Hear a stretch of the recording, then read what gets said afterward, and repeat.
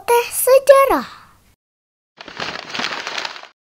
Bismillahirrahmanirrahim. Iqra bismi rabbikal ladzi khalaq. Khalaqal insana min 'alaq. Iqra wa rabbukal akram. Alladzi 'allama bil qalam.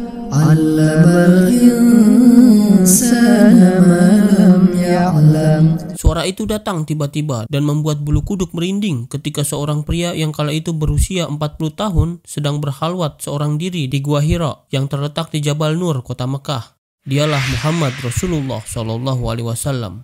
Peristiwa itu terjadi pada tanggal 6 Agustus 611.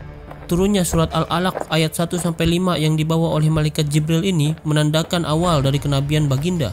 Dengan tubuh gemetaran saking takutnya, ia lalu pulang ke rumah untuk menemui istri tercinta Sayyidah Khadijah radhiyallahu an. Beliau lalu menceritakan apa yang baru saja terjadi. Tanpa ragu, Khadijah langsung mengimani kenabian suaminya dan sekaligus menjadi orang pertama yang memeluk Islam. Hari-hari berikutnya adalah awal perjuangan Rasulullah SAW berdakwah menyebarkan agama Islam. Dakwah itu ia lakukan secara sembunyi-sembunyi. Maklum, selain sebagai agama baru, ajaran Islam yang mengajarkan ketauhidan ini juga bertentangan dengan nilai-nilai agama yang sudah dianut oleh para penduduk Mekah kala itu yang politeisme.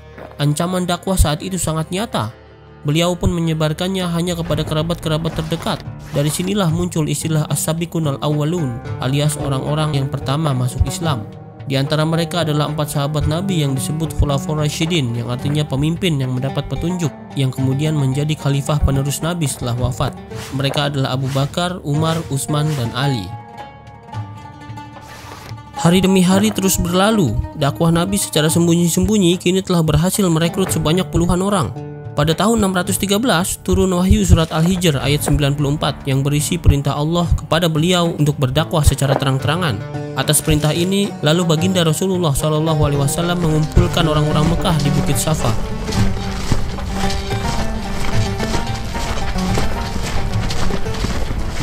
Di bukit itu ia bersabda tentang keesaan Allah dan dirinya sebagai utusan Allah dan sebagai pembawa peringatan.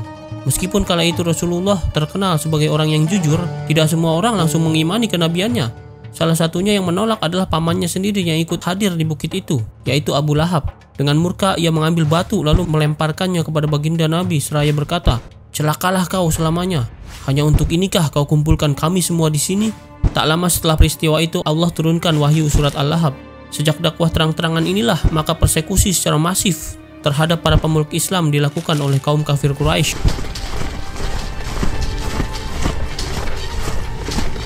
Beruntung bagi Rasulullah SAW memiliki paman yang baik hati yang juga petinggi Quraisy sekaligus pemimpin Bani Hashim bernama Abu Thalib. Ia adalah sosok ayah sambung Nabi sejak berusia 8 tahun. Sedari Nabi kecil, Abu Thalib menyayanginya. Kasih sayang itu tak luntur setelah Nabi beranjak dewasa. Saat koleganya dari Bani yang lain meminta Abu Thalib memusuhi dan melawan dakwah Nabi, ia menolak. Sebaliknya, ia bersumpah akan melindungi baginda Rasulullah dari kejahatan kaum Quraisy yang memusuhinya. Kepada koleganya, Abu Thalib beranggapan kalau dakwah Nabi tak perlu dikhawatirkan karena Nabi tidak memaksakan siapapun masuk Islam. Ia mencontohkan dirinya sendiri yang tetap setia memeluk agamanya yang lama dan tak pernah dipaksa Nabi memeluk Islam. Namun dalih itu tak cukup memuaskan koleganya. Persekusi terhadap para pengikut Nabi pun berlanjut. Semakin banyak penduduk Mekah yang masuk Islam, semakin banyak pula persekusi yang mereka terima. Demi menjamin keamanan dan keselamatan keponakannya, Abu Thalib lalu mengumpulkan semua orang-orang dari Bani Hashim dan Bani Muthalib untuk mengajak mereka melindungi Nabi. Mereka pun setuju meski tak semua dari mereka telah memeluk Islam. Ini karena ikatan kesukuan di zaman itu yang sangat kuat. Hanya satu orang yang menolak, yaitu paman Nabi yang jahat, Abu Lahab, yang sedari awal memang menentang dakwah Nabi. Dengan solidaritas kesukuan yang kuat itu, keselamatan Nabi memang terjamin. Tapi tidak dengan pengikut-pengikut Nabi yang berasal dari golongan-golongan kelas bawah semacam budak, orang-orang miskin, dan juga di luar Bani Hashim dan Bani Muthalib. Mereka tak memiliki perlindungan. Persekusi pun terjadi terhadap mereka. Salah satunya yang paling masyhur adalah persekusi terhadap keluarga Ammar bin Yasir. Bapak, ibu, dan anak ini mengalami penyiksaan luar biasa hingga mengantarkan bapak dan ibunya syahid fisabilillah.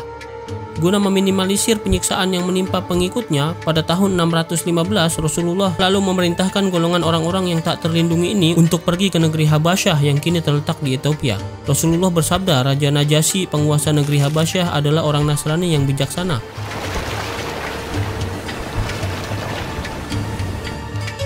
Ternyata benar, sesampainya di sana, sahabat-sahabat Nabi ini diterima dengan baik dan mendapatkan perlindungan.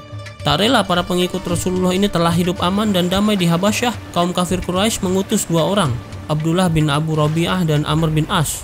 Mereka membawa hadiah yang banyak untuk Raja Najasyi sebagai sogokan agar mau menyerahkan para pencari suaka politik itu kembali ke Mekah. Raja yang bijaksana ini pun mempersilahkan asal alasan-alasan utusan tersebut bisa diterima. Namun semua alasan itu berhasil dimentahkan oleh Ja'far bin Abu Thalib, kakak dari khalifah keempat Islam, Ali bin Abi Thalib. Upaya menjegal dakwah Nabi terus berlanjut. Mengingat Bani Hashim dan Bani Muthalib telah mendeklarasikan perlindungan terhadap Nabi, dilancarkanlah oleh mereka boikot terhadap dua golongan ini pada tahun 616. Piagam boikot itu ditulis di atas papan kayu dan digantungkan di salah satu sudut di dalam Ka'bah. Walhasil semua orang yang termasuk ke dalam Bani Hashim dan Bani Muthalib harus menderita, termasuk mereka yang tak ikut-ikutan masuk Islam. Orang-orang Quraisy mengatakan bahwa boikot akan berakhir jika kedua bani ini menghapus perlindungannya kepada Nabi.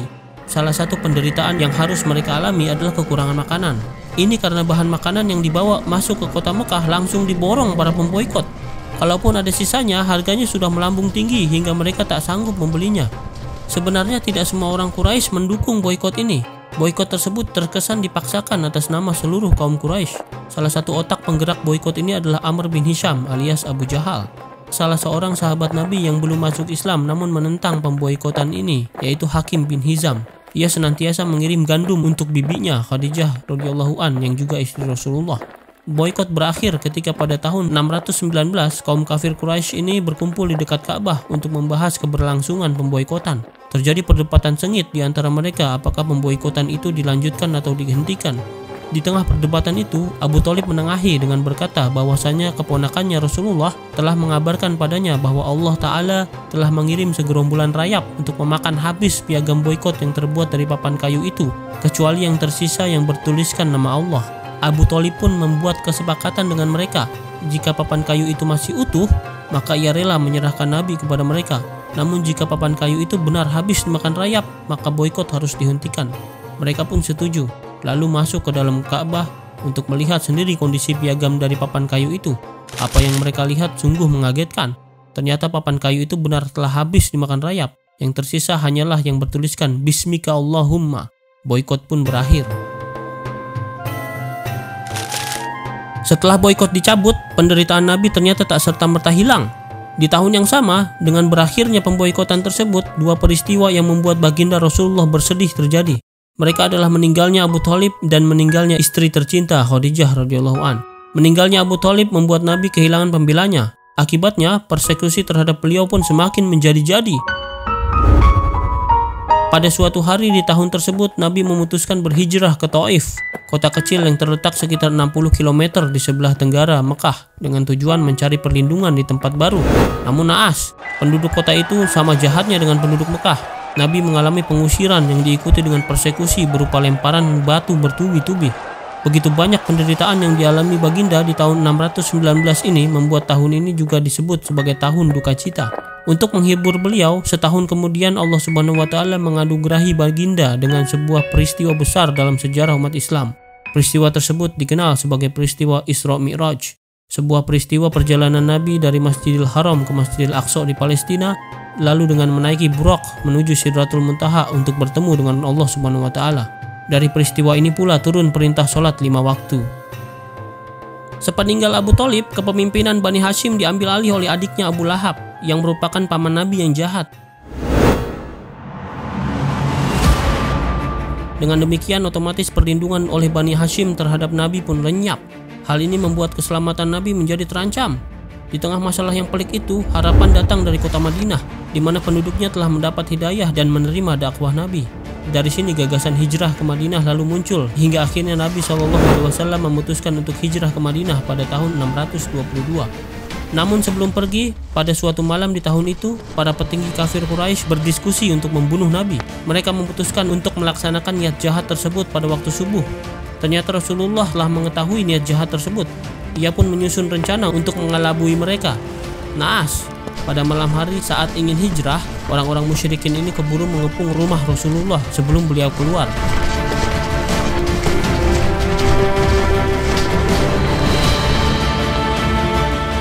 Tapi dengan izin Allah, beliau keluar dengan selamat setelah para pengepung itu dibuat mengantuk luar biasa. Sebelum pergi, beliau menyuruh sepupunya Sayyidina Ali untuk menggantikan beliau tidur di tempat tidur yang biasa ia pakai untuk mengecoh para pengepung agar mereka mengira Nabi masih ada di dalam rumah. Jalan yang ditempuh Nabi ke Madinah juga bukan jalan yang lazim. Setelah keluar dari rumah beliau, jalan yang ditempuh adalah Gua Sur, berjarak sekitar 6-7 km di selatan Mekah. Sedangkan Madinah berada di sebelah utara Mekah. Langkah ini diambil untuk mengelabui kafir Quraisy. Di Gua Sur ini Rasulullah dan Abu Bakar tinggal selama kurang lebih 3 hari. Selanjutnya beliau mengambil jalur ke arah barat menuju Hudaybiyah, arah sebelah timur desa Sarat. Kemudian menuju arah Madinah dan berhenti di sebuah kawasan di Al-Jumun dekat wilayah Usfan. Lalu bergerak ke arah barat dan memutar perkampungan Ummul Ma'bad dan berhenti di wilayah Al-Juhfah. Selanjutnya beliau menuju Taniyat Al-Murrah, Mulijah Laqaf, Muwijah Hujaj, Bad Zikasir hingga tiba di Zu Salam sebelum meneruskan ke arah Madinah dan berhenti di daerah Kuba. Disinilah beliau mendirikan Masjid Kuba, yaitu masjid pertama yang didirikan Rasulullah SAW. Setelah dari Kuba, beliau melanjutkan perjalanannya. Sekitar 1 km dari Kuba, beliau singgah di perkampungan Bani Sulaim. Kebetulan hari itu adalah hari Jumat, maka beliau dan umat Islam lain melaksanakan sholat Jumat. Untuk memperingati peristiwa itu, dibangunlah masjid di lokasi ini dengan nama Masjid Jumat. Setelah itu barulah Rasulullah menuju Madinah.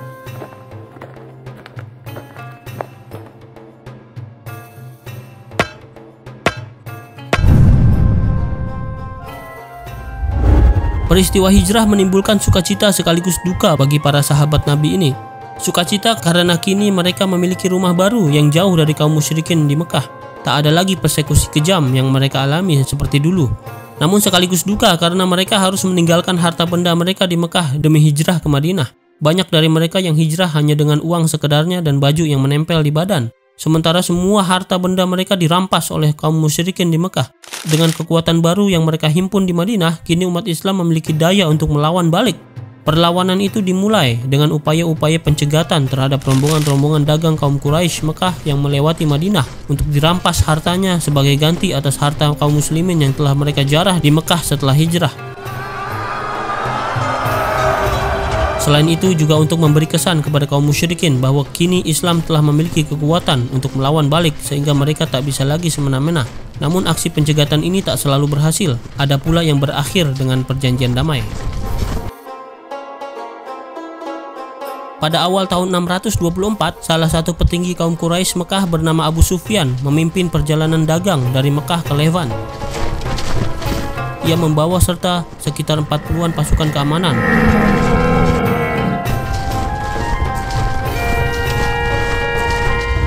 Ia paham betul aksi-aksi pencegahan yang kerap dilakukan kaum muslimin di Madinah terhadap kafilah-kafilah dagang dari Mekah. Untuk itu ia telah siap dengan mata-mata yang berangkat lebih dulu untuk mengintai kemungkinan keberadaan pasukan penyergap muslim.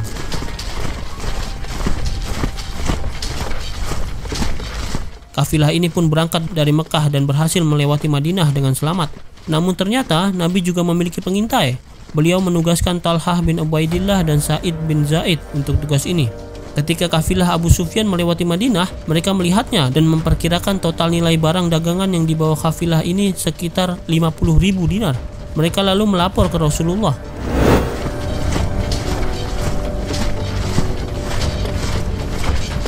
Sebagai respon, Rasulullah lalu mengumpulkan orang-orang yang mau ikut bersamanya untuk menyergap kafilah ini. Dikarenakan niat awal dari keberangkatan mereka tidak untuk berperang, melainkan hanya untuk menyergap rombongan dagang, Nabi tak mewajibkan semua orang berangkat. Mereka boleh ikut sesuai kehendak mereka. Dan tak ada pula persiapan perang yang memadai. Tercatat hanya 2 ekor kuda dan 70 ekor unta yang mereka bawa.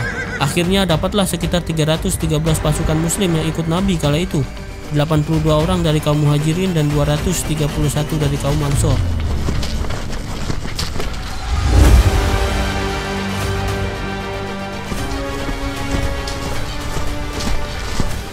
Dengan memimpin pasukan di depan, Rasulullah keluar dari Madinah dan membawa pasukannya menelusuri jalan menuju kota Mekah. Di perjalanan mereka berbelok menuju Badar. Beliau menugasi 2 orang pengintai untuk mencari informasi tentang jalur yang akan dilalui kafilah Abu Sufyan. Sementara itu Abu Sufyan yang juga memiliki mata-mata sendiri langsung paham kalau rombongannya telah ditunggu kaum muslimin. Khawatir akan keselamatannya, ia lantas mengirim utusan bernama Damdam bin Amr al-Ghifari untuk pergi ke Mekah meminta bantuan. Damdam memacu kudanya sekencang mungkin hingga sampai di Mekah.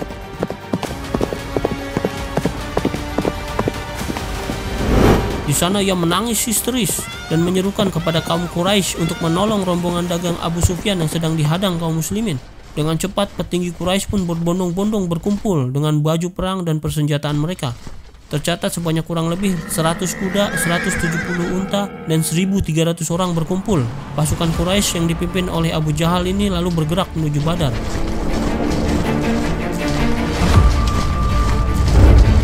Mereka melintasi lembah Uswan, Qadid, dan Al-Juhfah. Saat sampai di lembah Al-Juhfah inilah mereka bertemu dengan utusan kedua Abu Sufyan yang sedang dalam perjalanan menuju Mekah. Utusan yang kedua ini ingin mengabarkan bahwa kafilah Abu Sufyan telah selamat dari penyergapan dan sedang menuju Mekah. Rupanya Abu Sufyan dengan cerdik telah berhasil menghindari pencegatan dengan cara melintasi tepian Laut Merah. Mendengar berita ini, kaum Quraisy pun lega. Mereka berkeinginan untuk kembali ke Mekah. Namun Abu Jahal mencegah mereka. Menurutnya saat itu adalah saat yang tepat untuk memerangi kaum muslimin yang telah berkali-kali mencegat kafilah dagang mereka. Dan untuk mencegah hal-hal semacam itu tak terulang kembali di masa yang akan datang. Perdebatan sengit pun terjadi. Singkat cerita, akhirnya sekitar 300-an orang mundur dan kembali ke Mekah. Sisanya sekitar 1.000 orang mengikuti ide Abu Jahal untuk melanjutkan perjalanan menuju Badar.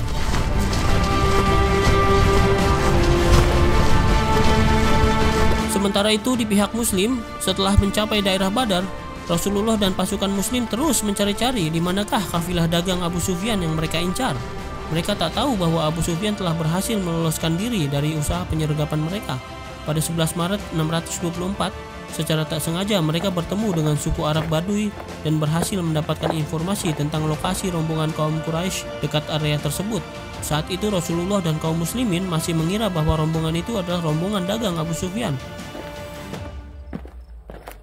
Malam harinya Rasulullah menugaskan Ali bin Abi Thalib, Zubair bin Al-Awwam, dan Sa'ad bin Abi Waqqas sebagai intel menuju lokasi kaum Quraisy Mekah seperti yang dikatakan si orang Baduy tersebut.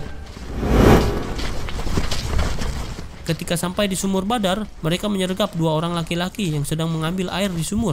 2 orang ini pun ditangkap dan diinterogasi oleh mereka. Dari interogasi inilah mereka dapat kabar yang mengejutkan. Air yang mereka ambil ternyata bukanlah untuk kafilah dagang incaran kaum muslimin, melainkan rombongan tentara dari Mekah yang berjumlah 1.000 orang. Kabar ini pun disampaikan kepada Rasulullah.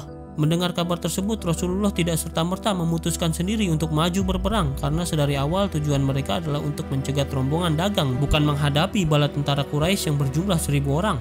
Persiapan pun bisa dikatakan sangat minim untuk sebuah perang. Akhirnya Rasulullah menggelar rapat darurat untuk memutuskan perkara tersebut. Beberapa sahabat baik dari kaum Muhajirin maupun Ansor diminta pendapatnya. Sayyidina Abu Bakar yang pertama mengemukakan pendapatnya. Ia mengatakan akan mematuhi apapun keputusan yang dibuat oleh Rasulullah sebab ia yakin keputusan itu datang dari petunjuk Allah. Lalu Sayyidina Umar angkat bicara. Ia mendukung pendapat Abu Bakar. Berikutnya Sayyidina Miqdad bin Amr yang juga mengutarakan pendapat yang sama. Setelah itu Nabi meminta pendapat dari golongan Ansor, mengingat mereka adalah golongan mayoritas. Sayyidina Sa'ad bin Mu'adh lalu angkat bicara. Ia mengatakan bahwa sekalipun Rasulullah memerintahkannya masuk ke dalam laut, maka ia pun akan masuk ke dalam laut. Sebegitu besarnya kesetiaan para sahabat Nabi kala itu hingga membuat baginda terkesima. Tekad pun semakin bulat untuk menghadapi musuh yang sudah di depan mata, meski kalah jumlah dan persiapan seadanya. Pada malam itu pula hujan deras membasahi area pertempuran di Badar.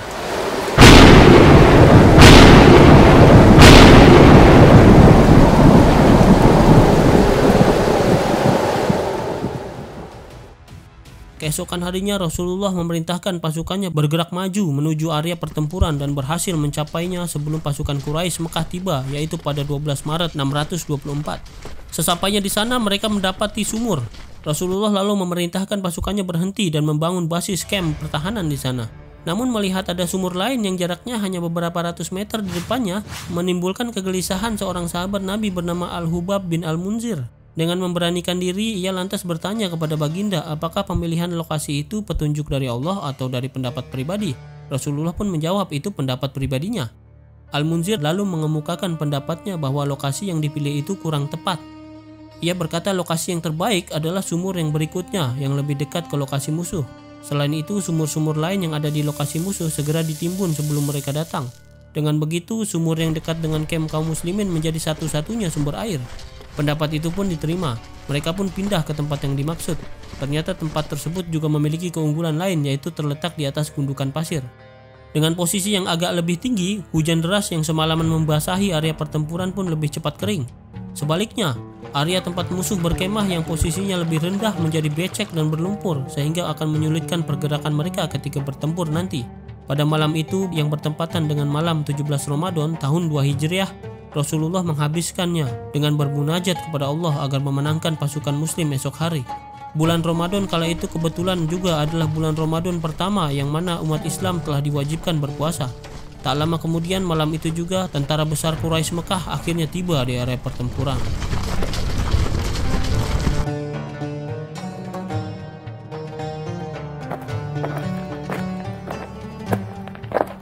Mata-mata kedua belah pihak pun langsung bekerja untuk saling menilai situasi yang ada pada posisi musuh mereka masing-masing. Mendengar kabar bahwa pasukan muslim hanya 300-an orang, tentara Quraisy Mekah ini pada awalnya jumawa. Namun setelah mendengar desas-desus bahwa pasukan muslim telah bertekad akan bertempur sampai mati, membuat nyali mereka ciut. Konon tradisi perang di Arab kala itu selalu menimbulkan korban kematian dengan jumlah kecil. Mereka tak siap untuk merelakan nyawa mereka hari itu. Apalagi mereka banyak yang harus bertempur melawan sanak famili mereka sendiri. Keesokan harinya pada 13 Maret 624, kedua pasukan saling berhadap-hadapan. Beberapa kaum Quraisy Mekah yang kehausan nekat mengambil air di sumur yang dekat dengan pasukan muslim. Mereka pun dihujani panah. Ada beberapa yang tewas, namun ada juga yang selamat. Salah satu yang selamat adalah sahabat Nabi yang kala itu belum masuk Islam, yaitu Hakim bin Hizam, yang juga merupakan sepupu dari istri Rasulullah, Khadijah radhiyallahu an. Melihat insiden tersebut, seorang Quraisy Mekah bernama Al-Aswad bin Abdul Asad Al-Makhzumi terbawa emosi dan maju menantang pihak muslim berduel satu lawan satu. Dengan percaya diri, Al-Aswad bersumpah akan meminum air dari sumur itu atau mati dalam usahanya. Tantangannya itu lalu disambut oleh Sayyidina Hamzah, paman Nabi. Keduanya pun berduel.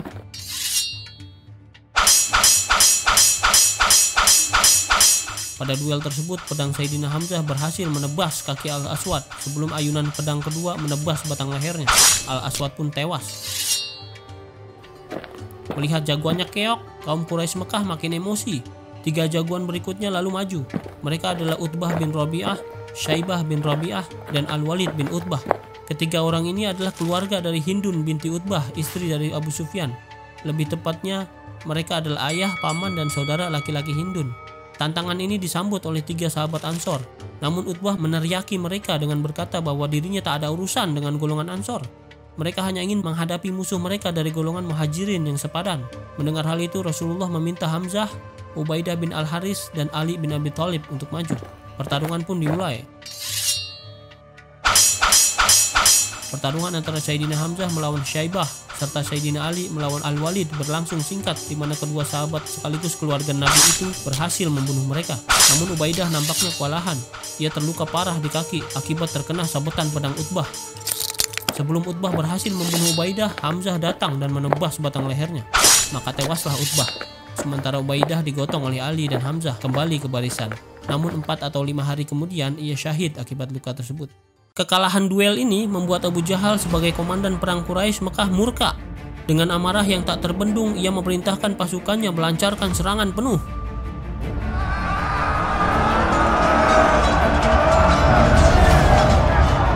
Sementara itu Nabi memerintahkan pasukannya mengambil posisi bertahan dengan formasi 3 baris, di mana baris terdepan diisi para penombak.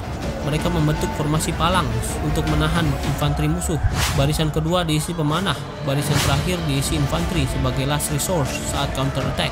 Nabi lalu berpesan kepada semua pasukannya untuk tidak mencabut pedang mereka kecuali musuh sudah di depan mata, dan juga tak melakukan serangan balik sampai Rasulullah sendiri yang memerintahkannya. Nabi hanya mengizinkan pemanah untuk terus menghujani musuh dengan anak-anak panah, sementara untuk menahan desakan musuh sepenuhnya diserahkan kepada para penombak. Strategi ini dipakai untuk menguras tenaga musuh sampai mereka kelelahan sebelum counter attack diambil. Didukung dengan posisi strategis yang diapit 2 gunungan pasir, membuat formasi ini sangat efektif untuk menahan desakan pasukan Quraisy Mekah.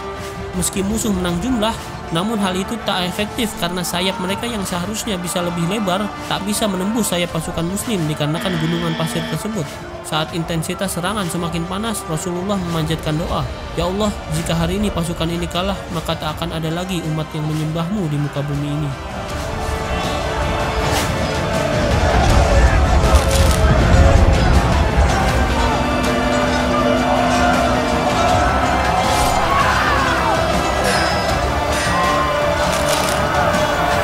Semakin lama intensitas serangan musuh akhirnya semakin melemah akibat kelelahan.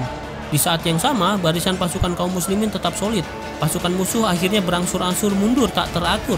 Mereka tak merapatkan barisan sebagai antisipasi serangan balik kaum muslimin. Tak menyangka pasukan muslim melakukan serangan balik secepat itu, pasukan Quraisy Mekah pun kalang kabut. Walhasil masing-masing mencari selamat sendiri-sendiri, termasuk komandan mereka Abu Jahal. Dengan menunggang kuda, ia berusaha melarikan diri. Naas, 2 pemuda Ansor ternyata telah mengincar dirinya. Ia pun tertangkap dan dibunuh. Namun saat sekarat, salah satu sahabat Nabi bernama Abdullah bin Mas'ud menghampirinya dan bertanya, "Sadarkah kau bagaimana Allah telah menghinakanmu?" Abu Jahal menjawab, "Aku tidak merasa terhina. Aku hanyalah orang biasa yang dibunuh oleh kaumku sendiri dalam medan perang." Abu Jahal lalu balik bertanya, "Siapa yang telah menang dalam perang ini?" Abdullah bin Mas'ud menjawab, "Allah dan Rasulnya." Abu Jahal pun terlihat marah dan berkata, "Kau telah menempuh jalan yang susah, dasar penggembala domba." Abdullah bin Mas'ud dulunya memang penggembala domba yang dipekerjakan oleh orang kaya Mekah. Saat itulah Abdullah bin Mas'ud menghunus pedangnya dan menebas batang leher Abu Jahal. Mendengar kabar tewasnya Abu Jahal ini, maka Rasulullah bersabda, "Fir'aunnya bangsa ini telah tewas." Kekalahan kaum Quraisy Mekah disambut sukacita oleh kaum muslimin di Madinah, karena ini adalah untuk pertama kalinya mereka bisa melawan balik kekejian para penyembah berhala itu terhadap perjuangan dakwah Rasulullah. Momen ini menjadi momen yang semakin mempertebal keimanan para sahabat. Namun di sisi lain, kekalahan ini membawa duka yang mendalam bagi kaum Quraisy Mekah. Wabil khusus seorang wanita bernama Hindun binti Utbah.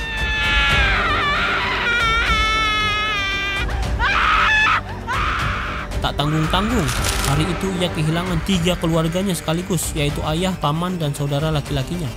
Peristiwa itu lalu menciptakan dendam Hindun yang membara kepada Hamzah. Hal ini karena Hamzah lah yang telah membunuh 2 orang di antara mereka, khususnya ayah Hindun yaitu Utbah. Dengan amarah yang besar, ia pun mengucapkan sumpah yang menjijikan. Ia bersumpah akan membunuh dan memakan jantung Hamzah. Sumpah itu pada akhirnya ia benar-benar laksanakan selepas perang Uhud, yang cerita detailnya akan kita bahas di video selanjutnya.